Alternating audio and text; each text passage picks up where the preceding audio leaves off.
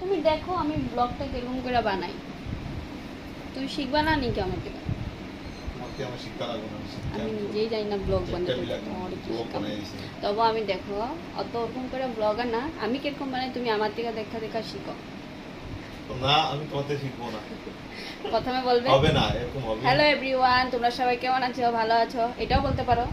তারপরে বলবে hello everyone, আমি দীপক মজুমদার, তুমি দীপক মজুমদার, তোমার নামটা বলো, এরকম বলবে। হ্যাঁ, বর কিন্তু ব্লগ করবে।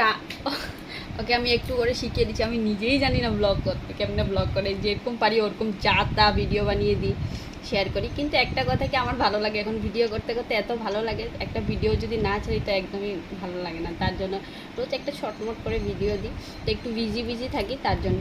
তা আমার বর এদিকে দেখা আজকে সারাদিন খালি মোবাইল টিপছে আর বলছে যে ব্লগ কেমনে বানায়, ব্লগ কী করে, আমার সব বুঝে না, সারাদিন খালি গাড়ি চালাবে, তো এসব কোথার থেকে হচ্ছে মাথার মধ্যে। আনকি স্বপ্নতেও ডিজেল পেট্রোল, তারপর কোথায় চালান দিচ্ছে, কোথায় দেবে, কোন ড্রাইভারকে দেবে, ওর মাথায় এইসবই আছে। ঘুমের চোখে বলে ওখানে তেল ঢালতে লাগবে, ইধার ঢালো উধার ঢালো।